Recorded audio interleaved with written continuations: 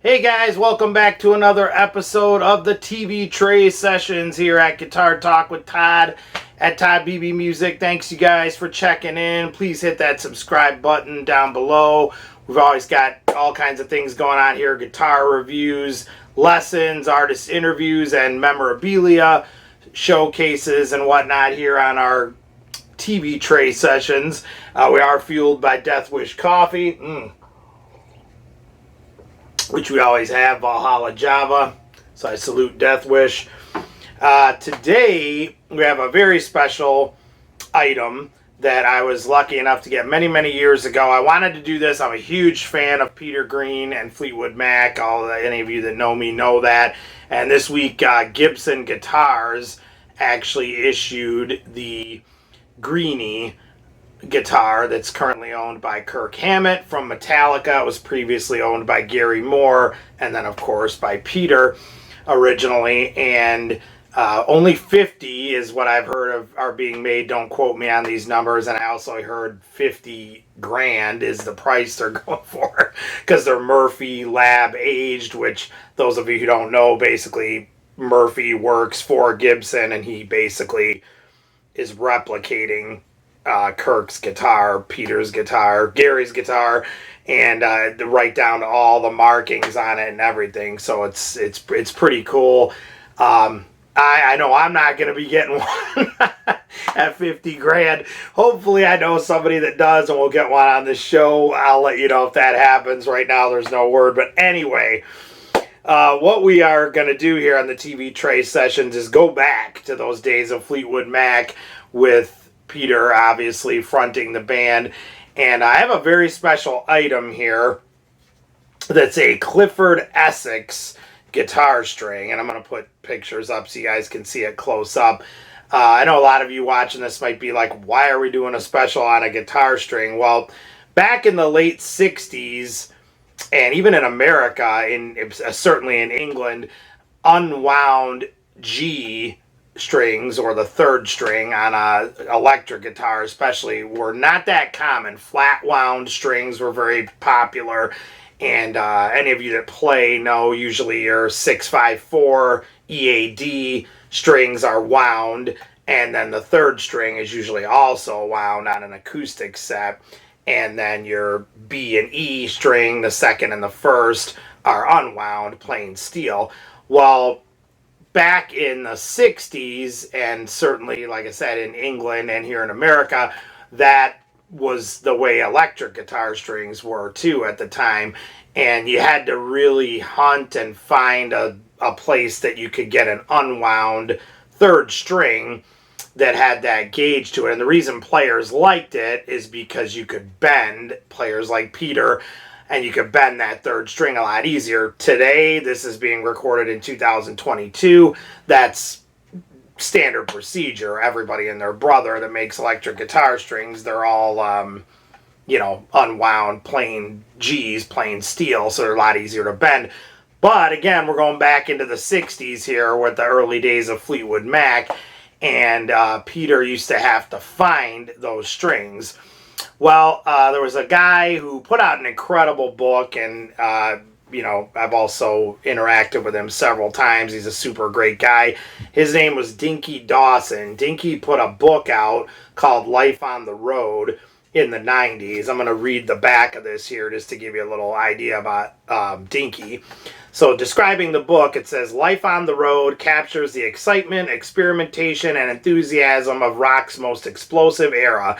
In this unforgettable memoir, I always have a problem saying that, Stuart Dinky Dawson takes us on the road with such rock and roll legends as the original Fleetwood Mac, the Byrds, Steely Dan, the Kinks, Joan Baez, Joni Mitchell, Lou Reed, the Mahavishnu Orchestra, Jeff Beck, B.B. King, and the J. Giles Band, among other stellar musical artists, offering rare, personal, and often insightful glimpses into the unruly reality of life on the road. Dinky provides behind-the-scene views of such after-hours escapades as Fleetwood Mac's introduction to America by the Hells Angels, as well as their involvement in the notorious Grateful Dead drug bust in New Orleans. Life lived helter-skelter in Los Angeles with Terry Melker and the Byrds during the Charlie Manson murders, drawing extra amps from the electric chair at Sing Sing Prison for a Joan Baez concert, and traveling and recording with Lou Reed during the drug-fueled days of Berlin and Rock and Roll Animal. So that's the description of the book on the back. This is awesome. I would recommend this to anyone. Again, it's called Life on the Road by Dinky Dawson. And Dinky's a super great guy, and he was a sound engineer, brilliant guy. He does all kinds of things with sound, and to this day, and he's just had a exceptional life in music. If you get the Shrine 69 CD that was put out in the 90s from Dinky, that was one of his recordings of Fleetwood Mac with Peter Green in the band, and he was on the road with them. He, recorded a bunch of stuff, and he was the guy. In fact, even on like one of the live recordings from might have been one of the Boston recordings, I remember you can hear Peter saying, "All right, Dinky," and Dinky's always being referred to, so he's a total legitimate guy. He is the real deal, and he was out there with those guys during the day. So back in the day. So this is the TV Tray Sessions. Everything's laid back here. Have some coffee. Grab your beverage and join us here. Okay, so anyway, Dinky had I guess I want to say like an auction, but not really. It was just items for sale years and years ago. I'm going to say 20 years ago, possibly more now. And I was lucky enough at that time to be tipped off by people that Dinky was selling some things, and he had them all packaged up in lots and everything. This was lot number 598, and it was a Clifford Essex guitar string in the original package that was one of Peter's. And it's an unwound plain G third string, and I'm gonna put close-ups of all this stuff up so you guys can see it. Again, the reason why I'm doing this today is because I've seen people online saying, "Man, do you ever see those original Clifford Essex strings that Peter used like in the package?" Here's one right here in the package, never used, from Dinky Dawson. I found some stuff on the web. I'm going to read you some stuff about it. Clifford Essex was a music store in England, and that's one of the places that they really dealt in banjos and stuff a lot.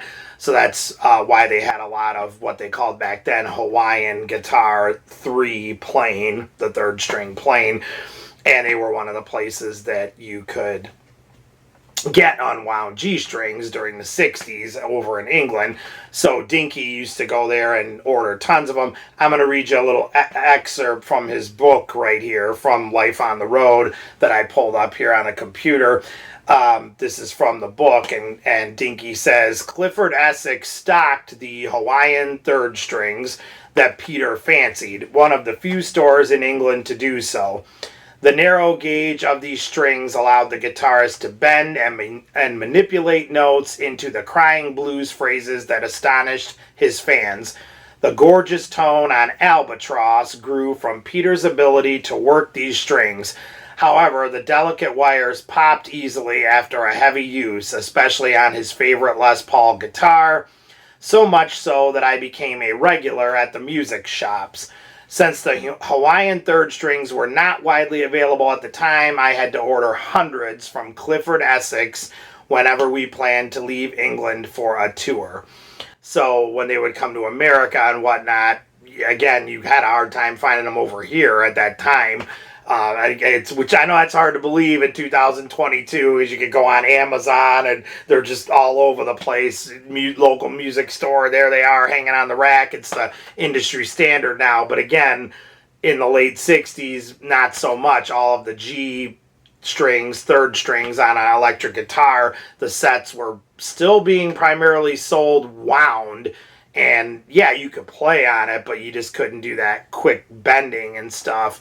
And so anyway, that was Clifford Essex sold those, and that's what these look like. Again, I'm going to put this up and get all kinds of close-ups while I'm talking here, whatnot, various other things, close-ups of the string so you guys can see it.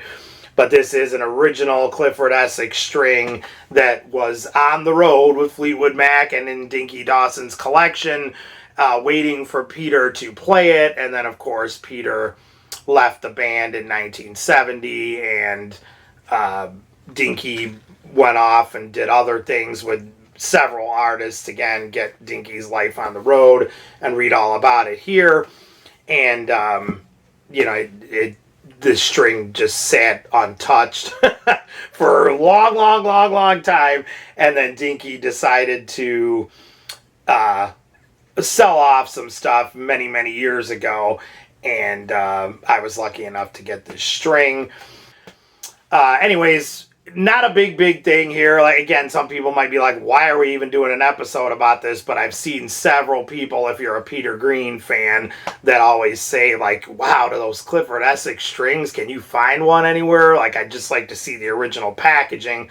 Well, here it is. I just wanted to put it up here for you guys. And it's not just a Clifford Essex string. This was waiting in the wings to go on Peter Green's guitar. It was on the road with Fleetwood Mac. It was on the road with Dinky.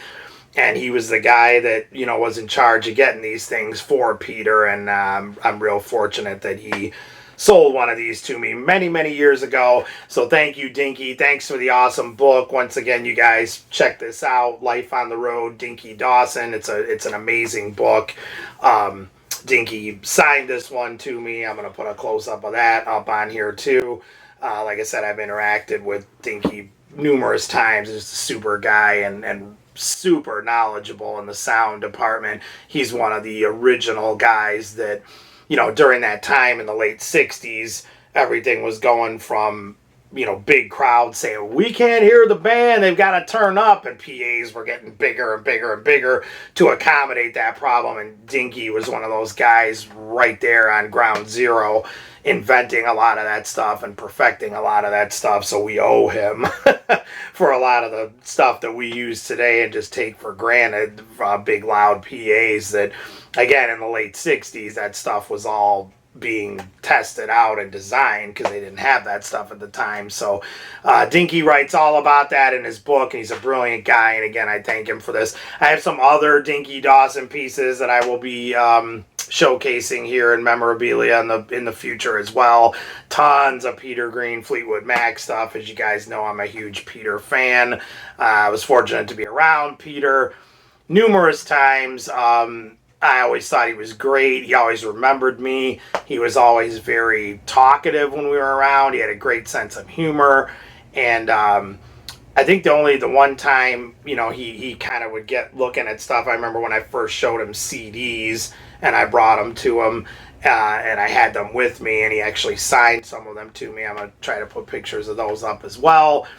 But he, you know, really stared at him, because apparently at that time he had not seen CDs yet, even though I'd been around for a while. He only knew the vinyl releases of the Fleetwood Mac stuff.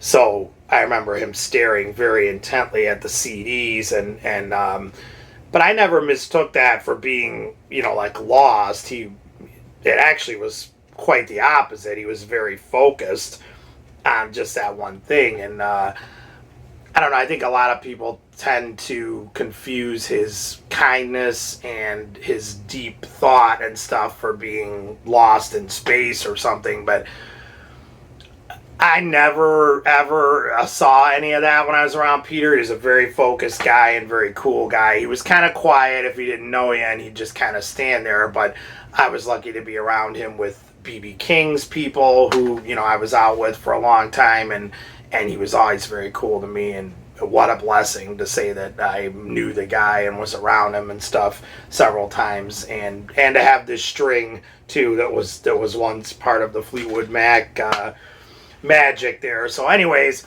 hope you guys enjoyed that. Please comment below, let me know comments about Peter Green, Fleetwood Mac, Dinky, Clifford Essex, anything related to this. Let me know what you guys think, even right down to unwound and wound electric guitar strings. Let me know what you guys think of those. Everybody's got an opinion on that. And please hit that subscribe button down below. Like we were saying, find me on Facebook at Todd Beebe Music.